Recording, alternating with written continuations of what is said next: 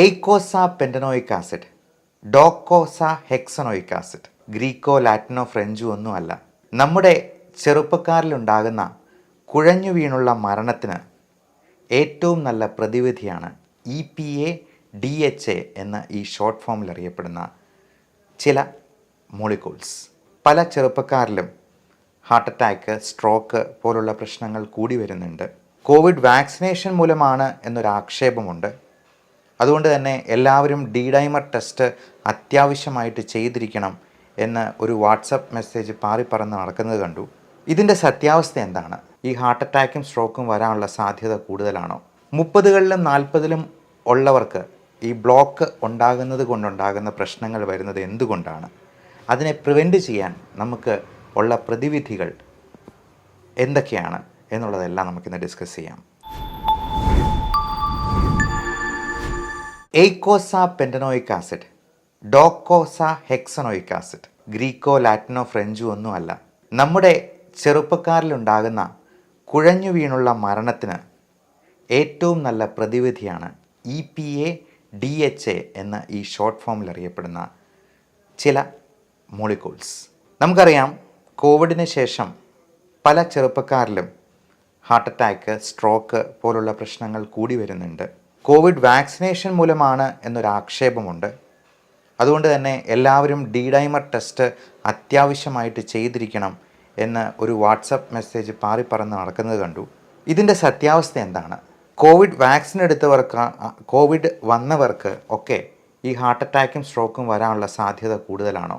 30കളിലും 40ലും ഉള്ളവർക്ക് ഈ ബ്ലോക്ക് ഉണ്ടാകുന്നത് കൊണ്ടുണ്ടാകുന്ന പ്രശ്നങ്ങൾ വരുന്നത് എന്തുകൊണ്ടാണ്?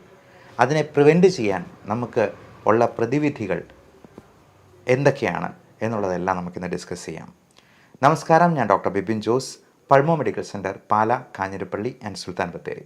ഞാൻ ആദ്യം പറഞ്ഞതുപോലെ കോവിഡ് വാക്സിനെ പറ്റി ഒരുപാട് ആരോപണങ്ങളുണ്ടായിരുന്നു. കാരണം കോവിഡ് വാക്സിൻ എടുത്തിട്ട് ഉടനെ തന്നെ ഭയങ്കരമായ പനിയും ബോഡി പെയിനും ക്ഷീണവും പ്രശ്നങ്ങളും ഒക്കെ ഒരുപാട് പേർക്ക് ഉണ്ടായിട്ടുണ്ട്. ആദ്യമേ തന്നെ പറയട്ടെ, കോവിഡ് വാക്സിനേഷൻ 4 ഡോസ് എടുത്തിട്ടുള്ളതാണ്. ഫസ്റ്റ് ഡോസ് കഴിഞ്ഞ് 3 ബൂസ്റ്റർ ഡോസും കൂടി ഞാൻ എടുത്തിട്ടുണ്ട്. എന്നാൽ അതിനുശേഷവും എനിക്ക് കോവിഡ് വന്നു. വളരെ ലഘുവായിട്ടുള്ള രീതിയിൽ മാത്രം കോവിഡ് വന്നു പോയി. ചെറിയൊരു ജലദോഷപ്പനി വന്നതുപോലെ പോയുള്ളൂ. അത് ആദ്യത്തെ ഡോസ് എടുത്തതിന് ശേഷം കുറച്ച് നാൾ കഴിഞ്ഞപ്പോഴാണ് ഉണ്ടായത്. എൻ്റെ ജനറ്റിക് ഒരു പ്രീ ഡിസ്പോസിഷൻ ഹാർട്ട് അറ്റാക്കും സ്ട്രോക്കും വരാനുള്ള സാധ്യത വളരെ കൂടുതലായിരുന്നു താനും. അപ്പോൾ ഈ ഡൈമർ ടെസ്റ്റ് എന്ന് പറയുന്നത് നമ്മൾ എപ്പോഴാണ് ചെയ്യുന്നത്, എന്തിനാണ് ചെയ്യുന്നത്, അതിലെന്താണ് അളക്കുന്നത് എന്നെല്ലാം നമ്മളൊന്ന് മനസ്സിലാക്കിയിരിക്കണം. നമ്മുടെ ഹൃദയത്തിലും അല്ലെങ്കിൽ നമ്മുടെ ബ്ലഡ് വെസൽസിലും രക്തക്കുഴലുകളിലും നമ്മുടെ ഹൃദയത്തിലേക്കുള്ളതും അതുപോലെ തലച്ചോറിലേക്കുള്ളതും കാലിലേക്കുള്ളതും ഒക്കെ ആയിട്ടുള്ള രക്തക്കുഴലുകൾ, ഇതിലേക്കെല്ലാം പ്രവഹിക്കുന്ന രക്തത്തിന് എന്തെങ്കിലും തടസ്സമുണ്ടാകാം. അതിൽ പല രീതിയിലുള്ള ബ്ലോക്കുകളുണ്ട്.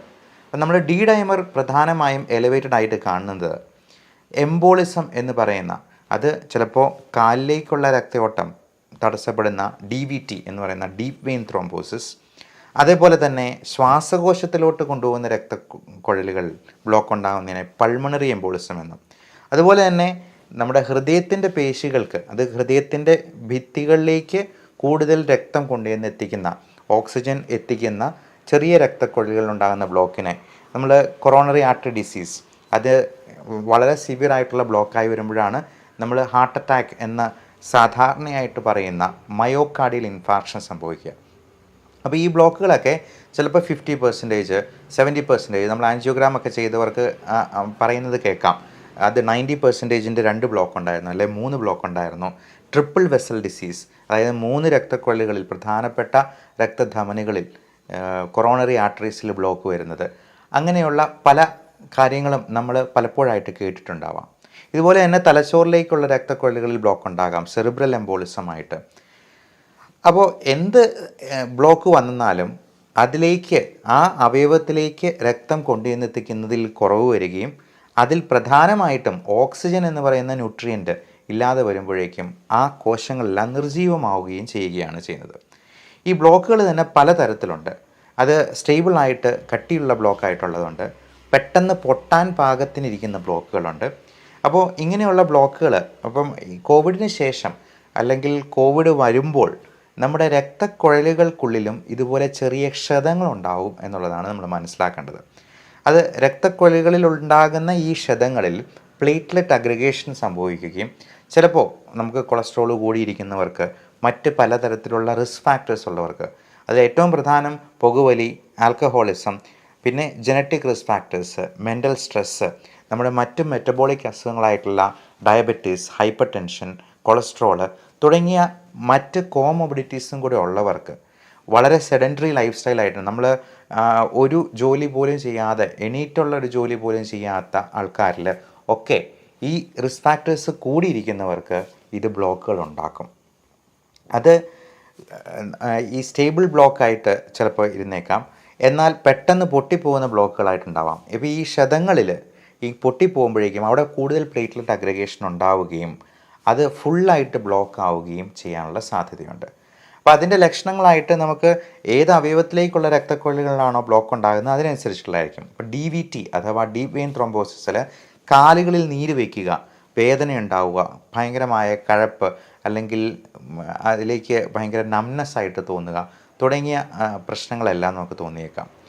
അതുപോലെ ഹാർട്ട് അറ്റാക്കിൻ്റേതായിട്ടുള്ള ലക്ഷണങ്ങൾ എല്ലാവർക്കും അറിയാവുന്ന പോലെ നെഞ്ചുവേദന, തോളുവേദന, കൈവേദന, അതുപോലെ ചിലപ്പോൾ താടിയിലും പല്ലിലും ഒക്കെ വേദനയായിട്ട് ചിലപ്പോൾ ചില ആൾക്കാർ പ്രസൻറ്റ് ചെയ്യും. ഇങ്ങനെയുള്ള ആളുകൾക്ക് മറ്റ് റിസ്ക് ഫാക്ടേഴ്സും കൂടി ഉണ്ടെന്നുണ്ടെങ്കിൽ തീർച്ചയായിട്ടും ഒരു ECG എടുത്ത് നോക്കണം. ECGയിൽ ചേഞ്ചസ് വരാതെയും ചിലപ്പോൾ ചെറിയ ബ്ലോക്കുകളാണെന്നുണ്ടെങ്കിൽ ECGയിൽ ചേഞ്ചസ് അപ്പോൾ കാണണമെന്നില്ല. അപ്പോൾ നമ്മൾ ട്രെഡ്മിൽ ടെസ്റ്റ്, അതായത് നടന്നുകൊണ്ടോ ഓടിക്കൊണ്ടോ ചെയ്യുമ്പോഴേക്കും ഹൃദയത്തിന് കൂടുതൽ ലോഡ് വരുമ്പോഴത്തേക്കും അതിൽ ചേഞ്ചസ് വരുന്നുണ്ടോ എന്നുള്ളതാണ് നോക്കുന്നത്. അതേപോലെ സ്ട്രോക്കിൻ്റേതായിട്ടുള്ള ലക്ഷണങ്ങളോ, നമുക്ക് ശരീരം തളർന്നു പോവുക, ഒരു സൈഡ് അനക്കാൻ പറ്റാതെ വരിക തുടങ്ങിയ പ്രശ്നങ്ങളുണ്ടെന്നുണ്ടെങ്കിൽ നമ്മൾ MRI സ്കാനും പറയാറുണ്ട്.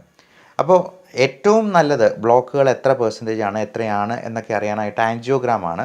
അത് ഈ പറയുന്ന പ്രാഥമികമായിട്ടുള്ള ഇൻവെസ്റ്റിഗേഷൻസിൽ ഒക്കെ അങ്ങനെ ഒരു സംശയം തോന്നുവാണെങ്കിൽ നിങ്ങളുടെ ഡോക്ടർ ആൻജിയോഗ്രാമിന് വേണ്ടി നിർദ്ദേശിച്ചേക്കാം. അങ്ങനെ ബ്ലോക്ക് ഉണ്ടോ എന്ന് കണ്ടുപിടിച്ച് അതിനെ സ്റ്റെൻറ്റ് ഇട്ട് ശരിയാക്കുന്ന പ്രൊസീജിയറാണ് ആൻജിയോപ്ലാസ്റ്റി എന്ന് പറയുന്നത്. അപ്പോൾ എത്ര ബ്ലോക്ക് ഉണ്ട്, അത് ഏറ്റവും പ്രധാനപ്പെട്ട ബ്ലഡ് വെസൽസിനാണെങ്കിൽ ഉടനെ തന്നെ ആൻജിയോപ്ലാസ്റ്റി ചെയ്യാനായിട്ട് പറയും. ഇനി ആൻജിയോപ്ലാസ്റ്റി ചെയ്ത് സ്റ്റെൻറ്റ് ഇടുക എന്ന് പറയുന്നത് അത് താൽക്കാലികമായിട്ടൊരു പരിഹാര മാർഗ്ഗമാണ്. അതിനെ പൂർണ്ണമായിട്ടും മാറ്റുന്ന, അതിനൊരു ബൈപ്പാസ് കൊടുക്കുന്ന സർജറിയാണ് നമ്മൾ CABG, coronary artery bypass graft എന്ന് പറയുന്ന ഏറ്റവും പ്രധാനപ്പെട്ട സർജറി. അപ്പോൾ ഇതിൽ CABG ആണ് ഇതിന് ഏറ്റവും നല്ല മാർഗം. സ്റ്റെൻറ്റ് ഇടുക എന്ന് പറയുന്നത് താൽക്കാലികമായൊരു പരിഹാരമാണെന്നുള്ളൂ. പക്ഷേ നമ്മൾ ഈ ബൈപ്പാസ് ഗ്രാഫ്റ്റ് വയ്ക്കുമ്പോഴേക്കും ആ രക്തതടസ്സം പൂർണ്ണമായിട്ടും മാറ്റി മറ്റൊരു രക്തക്കുഴലിലൂടെ തന്നെ അത് എത്തിക്കാനായിട്ടുള്ള കാര്യമാണ് ഡോക്ടർ ചെയ്യുക. അപ്പോൾ ഇത്തരത്തിൽ ഹാർട്ട് അറ്റാക്കോ സ്ട്രോക്കോ ഒക്കെ വന്നു കഴിഞ്ഞാൽ നമുക്ക് ഈ പറയുന്ന ചികിത്സാ മാർഗ്ഗങ്ങൾ മാത്രമേ ഉള്ളൂ. അതുപോലെ എംബോളിസം പോലുള്ള പ്രശ്നങ്ങളാണെങ്കിൽ ത്രോംബോലൈസിസ്, നമ്മൾ പലപ്പോഴും സ്ട്രെപ്റ്റോകൈനേസ്, യൂറോകൈനേസ് തുടങ്ങിയ മരുന്നുകൾ കൊടുത്ത്, ഇഞ്ചക്ഷനായിട്ട് കൊടുത്ത് ആ ബ്ലഡ് ഫ്ലോ പൂർണ്ണമായിട്ടും നോർമലൈസ് ചെയ്യുന്നതാണ്. അപ്പം പലപ്പോഴും പല രീതിയിൽ ബ്ലഡ് ക്ലോട്ട് ആകാൻ സാധ്യതയുള്ളവർക്ക് വാർഫാറിൻ പോലുള്ള മരുന്നുകൾ കഴിക്കുന്നതായിട്ടും ഒക്കെ നിങ്ങൾ കേട്ടിട്ടുണ്ടാവാം. അപ്പോൾ ഈ D-ഡൈമർ എന്ന് പറയുന്ന ടെസ്റ്റ് അത് വളരെ നോൺ സ്പെസിഫിക് ആയിട്ടൊരു ടെസ്റ്റാണ് എന്നുള്ളതാണ് നമ്മൾ മനസ്സിലാക്കേണ്ടത്. അത് ദാഹിമർ എന്നാണ് അതിൻ്റെ മുഴുവൻ പേര്. അതിൽ നമ്മൾ മെഷർ ചെയ്യുന്നത് ഈ ക്ലോട്ട് ലൈസ് ചെയ്യുമ്പോൾ ഉണ്ടാകുന്ന ഫൈബ്രിനോജൻ എന്ന് പറയുന്ന ഒരു സംഗതിയുടെ അതിൻ്റെ അളവാണ് നമ്മൾ നോക്കുക. എന്നാൽ ഈ D-ഡൈമർ പലതരത്തിലുള്ള ഇൻഫെക്ഷൻസിലും എലിവേറ്റഡ് ആയിട്ട് കാണാം. അത് ചെറിയ ബ്ലോക്കുകളാണെന്നുണ്ടെങ്കിൽ പോലും ചിലപ്പോൾ D-ഡൈമർ കൂടിയെന്നിരിക്കാം. അപ്പോൾ D-ഡൈമർ കൂടിയിരിക്കുന്നു, more than 0.5 mg/dL of blood ആണ് അതിൻ്റെ എബോവ് നോർമൽ റേഞ്ച് എന്ന് പറയുന്നത്. അപ്പോൾ 0.5ലും കൂടുതലാണെങ്കിൽ ഉടനെ നമ്മൾ പേടിക്കേണ്ട കാര്യമില്ല, അത് ബ്ലോക്ക് വന്നു എന്നൊന്നും നമുക്ക് അതിൽ നിന്ന് ഡയഗ്നോസ് ചെയ്യാനായിട്ട് കഴിയുന്നതല്ല. അപ്പോൾ D-ഡൈമർ ടെസ്റ്റ് നിങ്ങളുടെ ഡോക്ടർ നിങ്ങളുടെ അസുഖ ലക്ഷണങ്ങൾ നോക്കി വേണമെന്ന് പറഞ്ഞാൽ മാത്രമേ അത് ചെയ്യേണ്ടതുള്ളൂ. അത് ഏതാണ്ട് 1000 രൂപ അടുപ്പിച്ച് വില വരുന്ന ലാബ് ഇൻവെസ്റ്റിഗേഷനാണ്. അതുകൊണ്ട് കോവിഡ് വാക്സിൻ എടുത്തിട്ടുള്ളവരെല്ലാവരും പോയി D-ഡൈമർ ചെയ്യണമെന്നില്ല. അതേപോലെ കോവിഡ് വന്നിട്ടുള്ളവർക്ക് എല്ലാവർക്കും തന്നെ D-ഡൈമർ ചെയ്യണമെന്ന് നിർബന്ധമില്ല.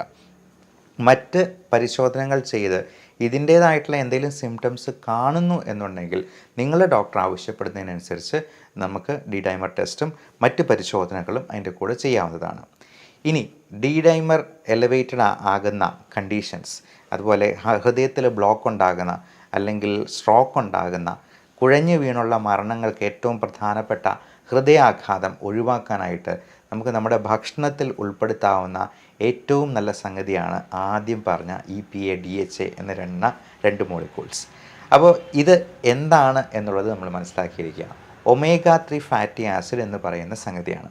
നമ്മൾ ഏതാണ്ട് എക്കോസ്പ്രിൻ, ക്ലോപ്പിഡോഗ്രൽ, അട്രോസ്റ്റാറ്റിൻ തുടങ്ങിയ ട്രിപ്പിൾ ഡ്രഗ് കോമ്പിനേഷനാണ് നമ്മൾ ഈ ഹാർട്ട് അറ്റാക്ക് വന്നിട്ടുള്ളവർക്ക് പോലും ഇനി അറ്റാക്ക് ഉണ്ടാകാതിരിക്കാൻ വേണ്ടി കൊടുക്കുക. വിദേശ രാജ്യങ്ങളിലൊക്കെ ഒരു 40 വയസ്സ് കഴിയുന്നവർക്ക് നേരത്തെ പറഞ്ഞ 2ൽ കൂടുതൽ റിസ്ക് ഫാക്ടേഴ്സ് ഉണ്ടെന്നുണ്ടെങ്കിൽ എക്കോസ്പ്രിൻ മരുന്ന് സ്റ്റാർട്ട് ചെയ്യാനായിട്ട് തന്നെ ഡോക്ടർ പറയാറുണ്ട്. അതുപോലെ സ്റ്റാറ്റിൻ മരുന്നുകളും കൊളസ്ട്രോൾ ലോവർ ചെയ്ത് നിർത്തേണ്ടത് നമ്മൾ അത്രയും റിസ്ക് ഫാക്ടർ കുറഞ്ഞിരിക്കുകയാണ് ചെയ്യുന്നത്. ഇതോടൊപ്പം ഡയബറ്റീസും ഹൈപ്പർ ടെൻഷനും കൊളസ്ട്രോളും ഒക്കെ നമ്മൾ നോർമലൈസ് ചെയ്തിരിക്കുക. Body weight, body mass index ഒക്കെ നോർമലായിട്ട് തന്നെ കീപ്പ് ചെയ്യാനായിട്ട് ശ്രദ്ധിക്കുക. സെഡൻറ്ററി ലൈഫ് സ്റ്റൈൽ ഒഴിവാക്കാൻ പരമാവധി എക്സസൈസിന് ഇമ്പോർട്ടൻസ് കൊടുക്കുക. നമ്മൾ ഡോക്ടർമാർ ഇരുന്നുകൊണ്ട് ജോലി ചെയ്യുന്നവരാണെങ്കിലും ഞാൻ എല്ലാ പേഷ്യൻസിനെയും എഴുന്നേറ്റ് നിന്ന് അവരെ സ്റ്റെത്ത് വെച്ച് നോക്കാനായിട്ട് ശ്രമിക്കാറുണ്ട്. അതുകൊണ്ട് 3 ഗുണങ്ങളുണ്ട്. ഒന്ന്, എനിക്ക് ഒരു 50 സിറ്റപ്സ് എങ്കിലും കിട്ടും 50 പേഷ്യൻറ്റിനെ നോക്കുമ്പോഴേക്കും.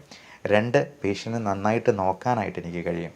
3, പേഷ്യൻറ്റിന് സ്വയം ഒരു തോന്നലുണ്ടാവും, ഡോക്ടർ എന്നെ നന്നായിട്ട് നോക്കി എന്നുള്ളൊരു സംതൃപ്തി അവർക്ക് കിട്ടും. അപ്പോൾ ഈ സംതൃപ്തി എനിക്കും രോഗിക്കും കിട്ടുകയും ചെയ്യും, അത്രയും എക്സസൈസും കിട്ടും. അത്തരത്തിൽ നമുക്ക് എത്രത്തോളം എനർജി നമുക്ക് യൂസ് ചെയ്യാൻ പറ്റുമെന്നുള്ളത് ഓരോരുത്തരും അവരുടെ ജോലിയുടെ കാര്യങ്ങൾ നോക്കി ആലോചിച്ച് തീരുമാനിക്കുക. ഈ പറഞ്ഞ omega-3 ഫാറ്റി ആസിഡ് എവിടെ നിന്ന് കിട്ടും? ഇതിന് ഏറ്റവും നല്ല റിച്ച് സോഴ്സ് എന്ന് പറയുന്നത് നമ്മുടെ വളരെ വില കുറഞ്ഞ മത്തി, അയല പോലുള്ള ഫിഷസ് നമ്മൾ കറി വെച്ച് കഴിക്കുമ്പോഴാണ്. അതേപോലെ ചിയ സീഡ്സ്, ചണവിത്തുകൾ തുടങ്ങിയ സംഗതികളിലും omega-3 ഫാറ്റി ആസിഡ്സ് അടങ്ങിയിട്ടുണ്ട്. എന്നിരുന്നാലും ഏറ്റവും നന്നായിട്ട് കിട്ടുന്നത് ഫിഷ് ഓയിൽ എന്ന് പറയുന്ന സംഗതിയിൽ തന്നെയാണ്. ഒരു ദിവസം 1 ഗ്രാം omega-3 ഫാറ്റി ആസിഡ് ഉള്ളിലോട്ട് ചെല്ലുക. അതിൽ ഏറ്റവും നല്ല 2 omega-3 ആണ് ഞാൻ ഈ പറഞ്ഞ EPA DHA. അതേപോലെ ALA എന്ന് പറയുന്ന ഒരു omega-3 ഫാറ്റി ആസിഡും കൂടി അതിലടങ്ങിയിട്ടുണ്ട്. ഇത് 3ഉം നമ്മൾ സപ്ലിമെൻറ്റ് ചെയ്യുന്നത് തീർച്ചയായിട്ടും ഏതാണ്ട് എക്കോസ്പ്രിൻ കഴിക്കുന്നതിനോട് അത്രയും തന്നെ ബെനിഫിഷ്യൽ എഫക്റ്റ് ഉണ്ട് എന്നുള്ളതാണ് പല പഠനങ്ങളും കാണിക്കുന്നത്. എന്നാൽ ഹാർട്ട് അറ്റാക്ക് വന്നു കഴിഞ്ഞാൽ അല്ല സ്ട്രോക്ക് വന്നു കഴിഞ്ഞാൽ ഒരു കാരണവശാലും ഈ മരുന്നുകൾ മാറ്റി വെച്ചിട്ട് ഇത് മാത്രം കഴിക്കരുത്. അതുകൊണ്ട് യാതൊരു പ്രയോജനവുമില്ല. അത് വരാതെ പ്രിവെൻറ്റ് ചെയ്യാൻ വേണ്ടിയാണ് നമുക്ക് ഈ പറഞ്ഞ omega-3 ഉപയോഗിക്കാവുന്നത്. അതുപോലെ ഏറ്റവും നല്ല ആൻറ്റി ഓക്സിഡൻറ്റ് പ്രോപ്പർട്ടീസ് ഉള്ളതാണ് നമ്മുടെ ഇഞ്ചി, അതേപോലെ തന്നെ വെളുത്തുള്ളി, ഗാർലിക് എന്ന് പറയുന്ന സംഗതി. ഇതിൽ രണ്ടിലുമുള്ള ആൻറ്റി ഓക്സിഡൻസും അതിലെ മോളിക്യൂൾസ് പലതും നമുക്ക് ഇത്തരത്തിലുള്ള ബ്ലഡ് വെസൽസിലെ ബ്ലോക്ക് ഉണ്ടാക്കുന്നത് കുറയ്ക്കാനായിട്ട് സഹായിക്കും. എന്നാൽ വെളുത്തുള്ളി കഴിക്കുമ്പോൾ വെറും വയറ്റിൽ കഴിക്കാതിരിക്കാൻ ശ്രദ്ധിക്കുക, കാരണം അത് ഗ്യാസ്ട്രൈറ്റിസ് ഉണ്ടാക്കാൻ സാധ്യതയുണ്ട് എന്നുള്ളതുകൊണ്ട്. അപ്പോൾ വെളുത്തുള്ളിയൊക്കെ നമ്മുടെ ഭക്ഷണത്തിൽ കൂടുതലായിട്ട് ഉൾപ്പെടുത്താം. അതുപോലെ ഇഞ്ചി ആണെങ്കിലും കൂടുതലായിട്ട് ഉൾപ്പെടുത്താം. അത് നമ്മൾ മാറ്റി വയ്ക്കാതെ, ഇഞ്ചിയൊക്കെ പലർക്കും അത് മാറ്റി വയ്ക്കുന്നൊരു സ്വഭാവമുണ്ട്. അതുപോലെ തന്നെ കറിവേപ്പിലയൊക്കെ നമ്മുടെ വീട്ടിൽ തന്നെ തൊടിയിൽ തന്നെ ഉണ്ടാക്കുന്ന കറിവേപ്പിലയായിരിക്കണം. വിഷമടിച്ച് കിട്ടുന്ന സാധനം കഴിക്കണമെന്ന് ഞാൻ പറയില്ല. ഈ കറിവേപ്പിലയും ജിഞ്ചറും അതുപോലെ ഗാർലിക്കും ഒക്കെ നമുക്ക് ഭക്ഷണത്തിൻ്റെ കൂടെ തന്നെ കൂടുതലായിട്ട് അങ്ങ് കഴിക്കാം. അതെടുത്ത് കറിവേപ്പില പോലെ അങ്ങ് കളയണ്ട, അത് വയറ്റിലോട്ട് തന്നെ ചെല്ലട്ടെ. അതിന് ഒരുപാട് ആൻറ്റി ഓക്സിഡൻറ്റ് പ്രോപ്പർട്ടീസ് ഉണ്ടെന്നുള്ള കാര്യം മനസ്സിലാക്കുക. അതുപോലെ മുരിങ്ങയില നമുക്ക് കൂടുതലായിട്ട് ഉൾപ്പെടുത്തുന്നത് നമ്മുടെ BP കുറയാനായിട്ട് സഹായിക്കും. ABC ജ്യൂസ് എന്ന് പറയുന്നുണ്ട്, ആപ്പിൾ, ബീട്രൂട്ട്, ക്യാരറ്റ്. ഇത് 3ഉം ചേർന്നിട്ടുള്ള ജ്യൂസ് നമുക്ക് രാത്രി മീൽസ് ഒഴിവാക്കിയിട്ട് ഈ ജ്യൂസ് തന്നെ 1-2 ഗ്ലാസ് കുടിച്ചോളൂ. പിറ്റേ ദിവസം വയറ്റിൽ നിന്ന് പോകുമ്പോൾ ബീട്രൂട്ടിൻ്റെ കളർ കണ്ട് പേടിക്കണ്ട. അത് ബീട്രൂട്ടിൻ്റെ തന്നെ ഫൈബർ കണ്ടൻറ്റ് നല്ലപോലെ ഉള്ളതുകൊണ്ട് നമ്മുടെ വയറ്റിലെ സംഗതികളെല്ലാം ഒരു ചൂല് പോലെ അടിച്ച് വൃത്തിയാക്കി പുറന്തള്ളുന്നതാണ് എന്ന് സമാധാനിക്കുക. അത് നമുക്ക് ഒത്തിരി സന്തോഷം ഉണ്ടാക്കേണ്ട കാര്യമാണ്. നമ്മുടെ രക്തമൊക്കെ ആ ബീട്രൂട്ടിൻ്റെ കളർ പോലെ നല്ല സ്ട്രോങ് ആയിട്ട് അങ്ങ് പോകാനായിട്ട് ഈ ABC ജ്യൂസ് BP കുറയ്ക്കാനും വളരെ ഉത്തമമായിട്ടുള്ള ഒരു ജ്യൂസാണത്. ഞാൻ എല്ലാ ദിവസവും കുടിക്കുന്ന ഒരു ജ്യൂസും കൂടിയാണ് ABC ജ്യൂസ്. അതേപോലെ ഈ എക്കോസ്പ്രിൻ, ക്ലോപ്പിഡോഗ്രൽ, അറ്റോസ്റ്റാറ്റിൻ അതിൻ്റെ ലോഡിംഗ് ഡോസുണ്ട്, മെയിൻ്റനൻസ് ഡോസുണ്ട്. അത് കൃത്യമായിട്ട് കഴിക്കുന്നു എന്നുള്ളത് ഉറപ്പ് വരുത്തുക. അല്ലെങ്കിൽ നമുക്ക് ഹാർട്ട് അറ്റാക്ക് വരാനുള്ള സാധ്യത അത്രയധികം കൂടുകയാണ്. നമുക്കറിയാം, ഒരു 50 വയസ്സ് കഴിഞ്ഞെന്നാൽ ഈ പറഞ്ഞ സാധ്യതകളെല്ലാം എല്ലാവർക്കും കൂടുന്നുണ്ട്. പ്രത്യേകിച്ചും സ്ത്രീകൾക്കാണെങ്കിൽ പോലും ഈസ്ട്രജൻ്റെ ഒരു പ്രൊട്ടക്റ്റീവ് എഫക്റ്റ് മെനോപോസോടുകൂടി നിൽക്കുകയാണ്. അത് കഴിഞ്ഞാൽ ഹാർട്ട് അറ്റാക്കും സ്ട്രോക്കും വരാൻ സ്ത്രീകൾക്കും സാധ്യത കൂടുതലാണ്. അതേപോലെ തന്നെ പുതിയ രീതിയിലുള്ള മോളിക്യൂൾസ് ഇന്ന് മോഡേൺ മെഡിസിനിൽ അവൈലബിൾ ആണ്. പ്രത്യേകിച്ചും എക്കോസ്പ്രിനൊക്കെ ഒരുപാട് ഗ്യാസ്ട്രൈറ്റിസ് ഉണ്ടാക്കുന്നു എന്നുള്ളതുകൊണ്ട് അതിന് പകരം നമ്മൾ കൊടുക്കുന്ന ഒരു പുതിയ മരുന്നാണ് ഡാബിഗാട്രാൻ. അത് വില കൂടുതലുള്ള മരുന്നാണ്, പക്ഷേ അതിന് ഒരുപാട് ഗുണഗണങ്ങൾ കൂടുതലാണ് എന്നുള്ളത് മനസ്സിലാക്കുക. അപ്പോൾ ക്ലോപ്പിഡോഗ്രലിൻ്റെ 75 മില്ലിഗ്രാം ഗുളിക കഴിക്കുന്നതിനേക്കാൾ 2-3 ഇരട്ടി ബെനഫിറ്റ്സ് ഡാബിഗാട്രാൻ പോലുള്ള മരുന്നുകൾക്കുണ്ട് എന്നുള്ളതാണ് പുതിയ പഠനങ്ങൾ കാണിക്കുന്നത്. നിങ്ങളുടെ ഡോക്ടറോട് ചോദിച്ച് ഇത്തരത്തിൽ ഇപ്പോൾ എക്കോസ്പ്രിൻ ക്ലോപ്പിഡോഗ്രൽ പറ്റില്ല, ഗ്യാസ്ട്രൈറ്റിസ് ഉണ്ടാക്കുന്നുണ്ടെങ്കിൽ അല്ലെങ്കിൽ മറ്റ് സൈഡ് ഇഫക്റ്റ് ഉണ്ടാക്കുന്നുണ്ടെങ്കിൽ ഇതുപോലുള്ള പുതിയ മരുന്നുകളും ഇന്ന് മോഡേൺ മെഡിസിനിൽ പുതിയ ഗവേഷണങ്ങൾ വന്നുകൊണ്ടിരിക്കുകയാണ് എന്നുള്ളതും പ്രത്യേകമായിട്ട് ഓർമ്മിപ്പിക്കുന്നു. എല്ലാവർക്കും നല്ല ആരോഗ്യം ആശംസിക്കുന്നു. Love and regards, doctor Bipin Jose, pulmo medical centre, Pala, Kanjirappally and Sultan Bathery.